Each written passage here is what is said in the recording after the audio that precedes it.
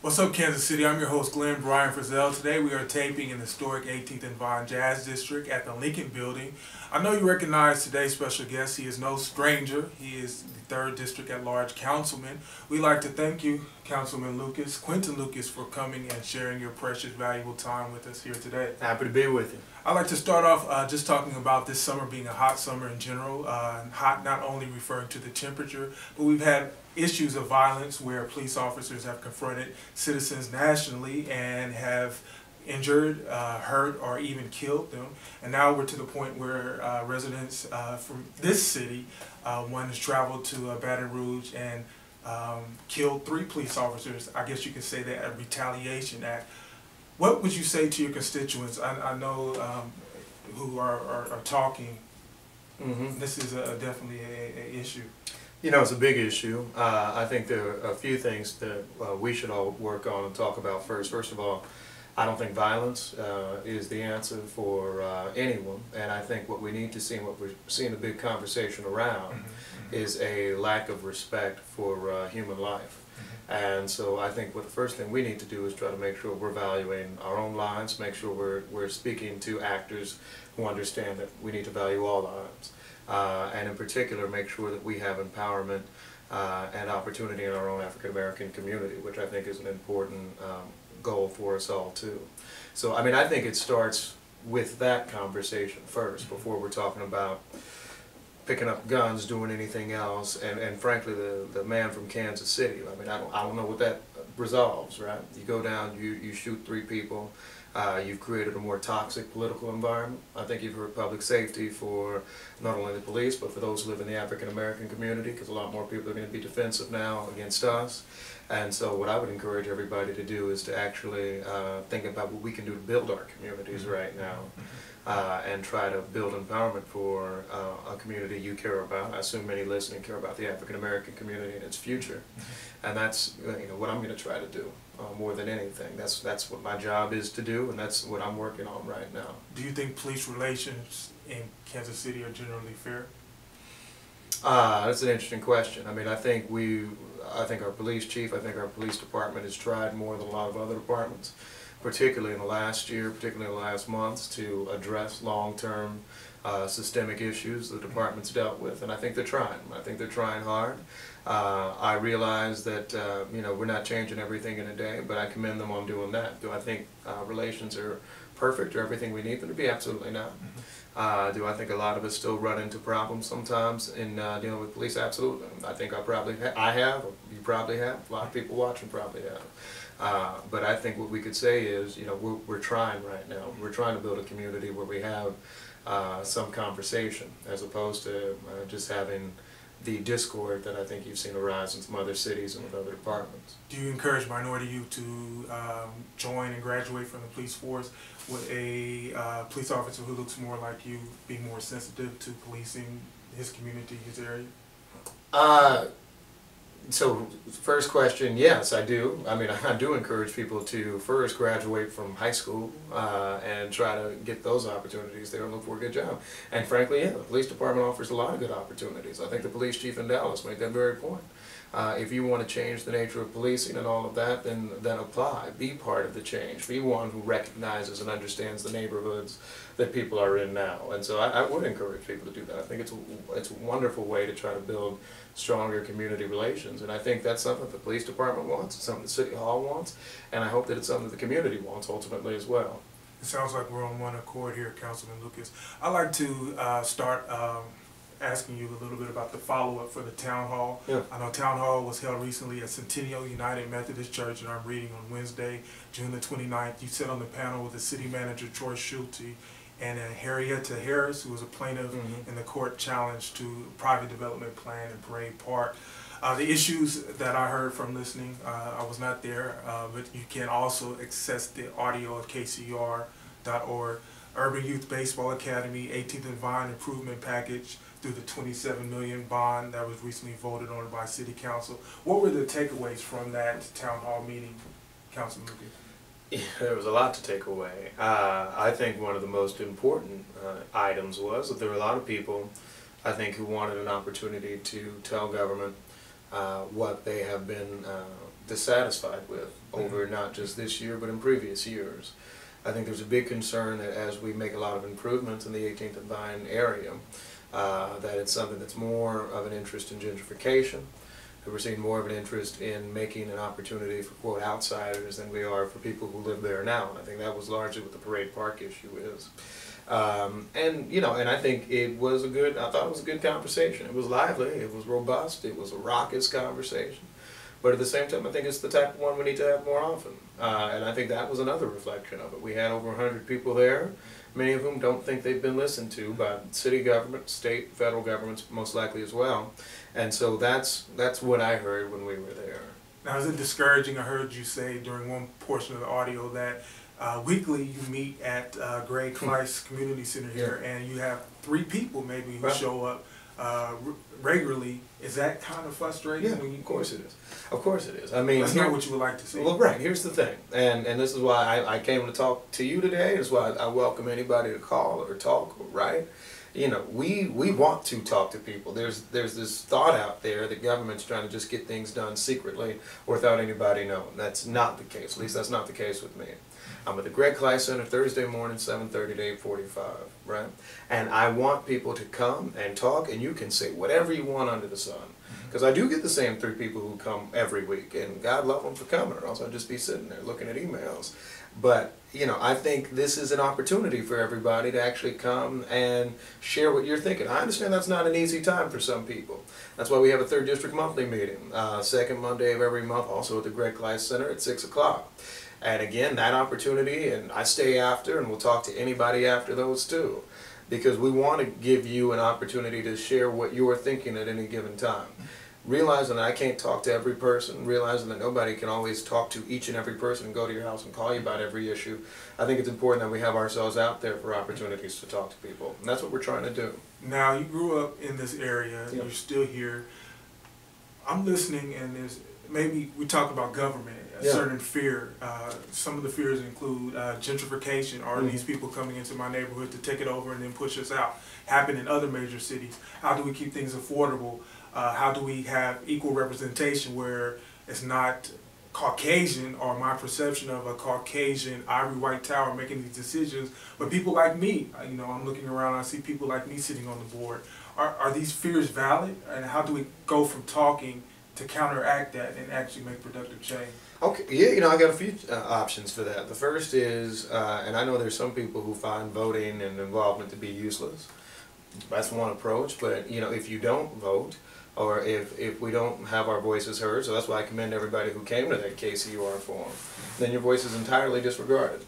And so that's how a lot of things do happen. So it's not so much anybody's come up with a secret plan, it's just a plan that nobody has interest in. I mean, we've talked about this before, I'm on a lot of committees that are not as entertaining as talking about violence or police violence. It's not. I'm on these public works types issues, the water bills people are complaining about, planning and zoning, TIF policy, all those sorts of things. Those things have an important impact on the quality of life for people who live throughout all of Kansas City, and particularly in our inner city communities. Those things matter too. And so what I encourage people to do is to get active, get involved, get educated. And if you want to get educated, come. Yeah, you can send me a message on Facebook, on Twitter, or you can call me. I give out my cell phone all the time. But nevertheless, right, that's how we actually build a voice and power.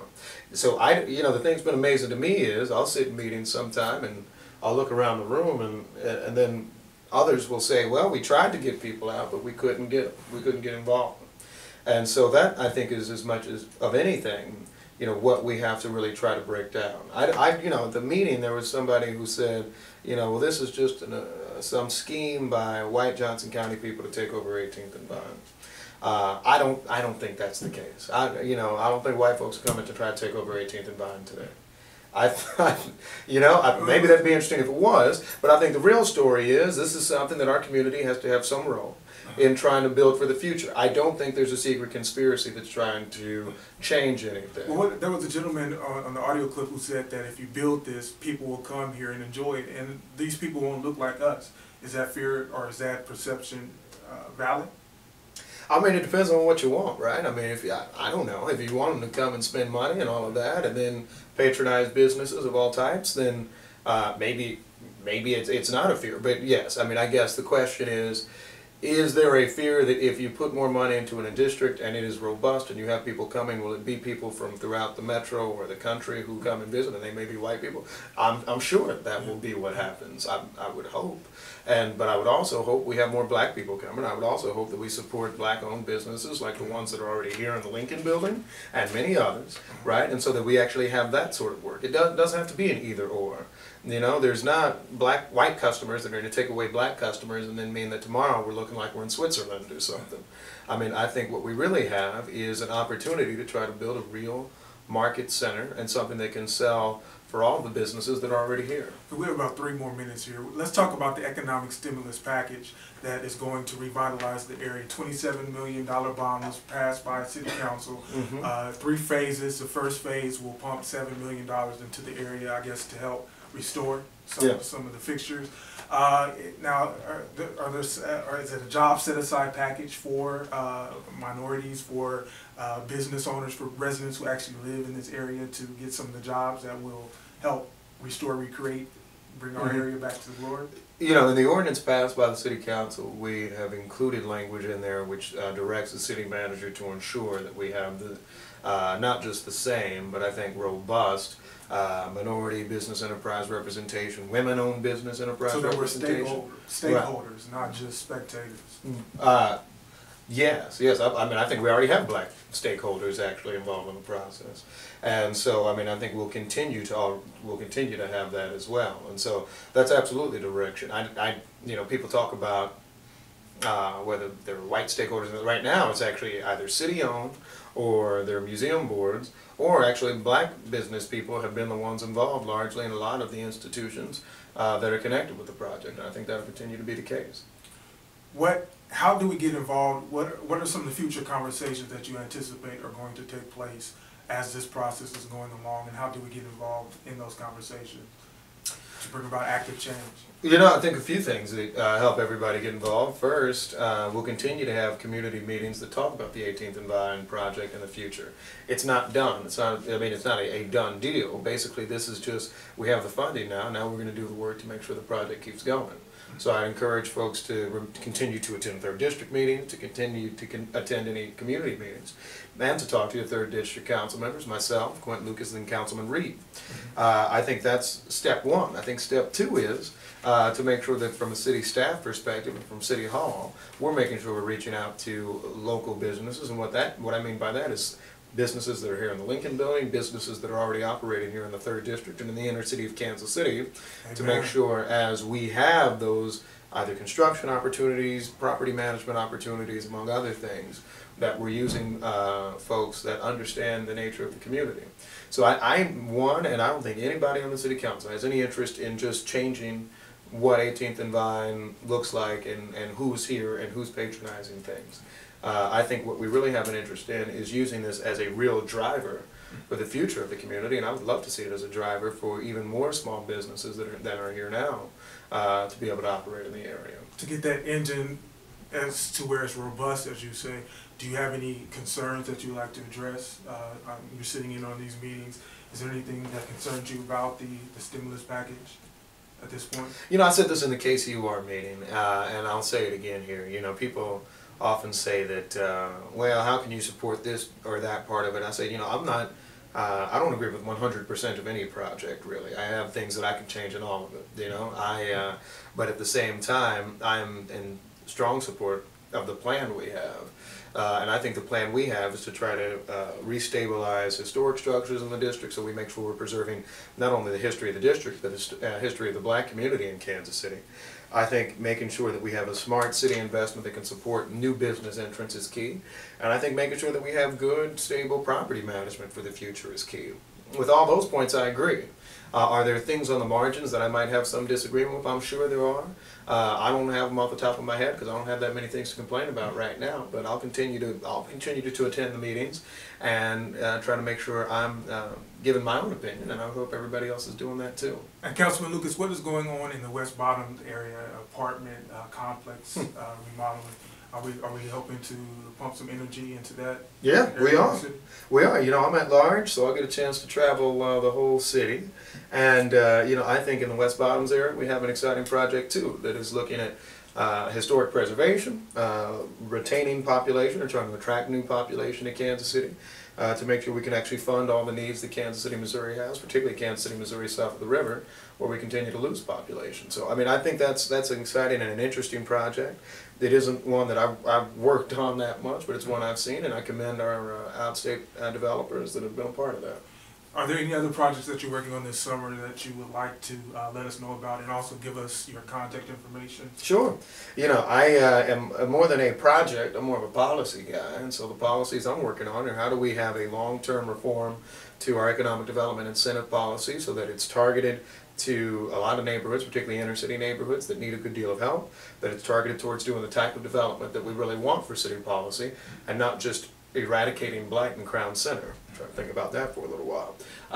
And then, you know, more than that, I want to work on water rates, making sure that we don't have this dramatic increase so folks can actually pay their utilities. I mean, those are the things I'm working on. So, I mean, if you're interested in those policies, I welcome your call. My phone number is 816-679-1662, and I can be emailed at Quinton, Quinton, .Lucas, Lucas, at kcmo.org. And it's Quinton Lucas, and you can find me on Facebook if you search, and everything else, and Twitter. I'm easy to find, just Google. You heard it here at Cascade Media Group. Councilman Quinton Lucas, 3rd District at Large councilman, your councilman, native son of Kansas City, who is still here in his neighborhood, not too far from where you grew up, making a difference and a change. We want to review this tape, and we want to listen, and we want to help you maintain accountability to the projects and policies that will eventually, hopefully, benefit us all. And it doesn't just happen by osmosis. We have to plug in, we have to engage, and we have to let him know what it is that we would like to see, and we have to work together towards getting it done. So there's more video online. Check out other videos, www.whatsupkansascity.net. And remember, the sky's the limit. Aim high, shoot for the moon. If you miss, at the very least, you would have landed among the stars. Take care until next time.